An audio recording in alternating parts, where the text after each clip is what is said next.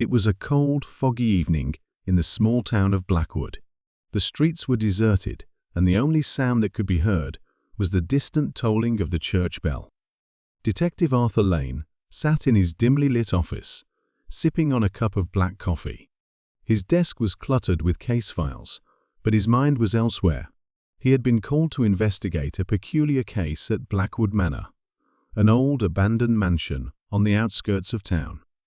The case was brought to him by Mrs. Eliza Carter, the widow of the late Mr. Henry Carter, who had mysteriously disappeared a week ago. The only clue left behind was a single note found in the empty hall of the manor. It read, "The Echo knows the truth." Detective Lane arrived at Blackwood Manor just as the sun was setting. The mansion loomed large, its windows dark and lifeless. The front door creaked open as he stepped inside, the sound echoing through the empty halls. The air was thick with dust, and the floorboards groaned under his weight. He made his way to the grand hall, where Mrs. Carter had found the note. The room was vast, with high ceilings and a large chandelier hanging precariously above. The walls were lined with portraits of the Carter family, their eyes seeming to follow him as he walked.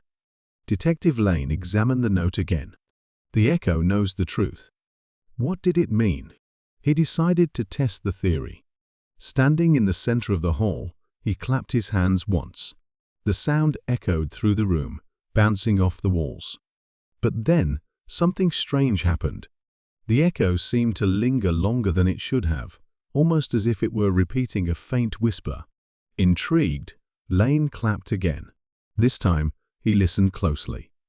The echo returned, but amidst the reverberation, he heard something else, a faint, almost imperceptible voice.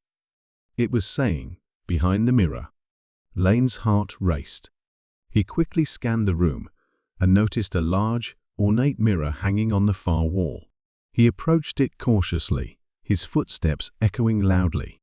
The mirror was dusty, but he could see his reflection staring back at him. He reached out and touched the frame, running his fingers along the edges. Suddenly, he felt a small indentation. Pressing it, he heard a soft click. The mirror swung open, revealing a hidden passageway. Lane grabbed his flashlight and stepped inside.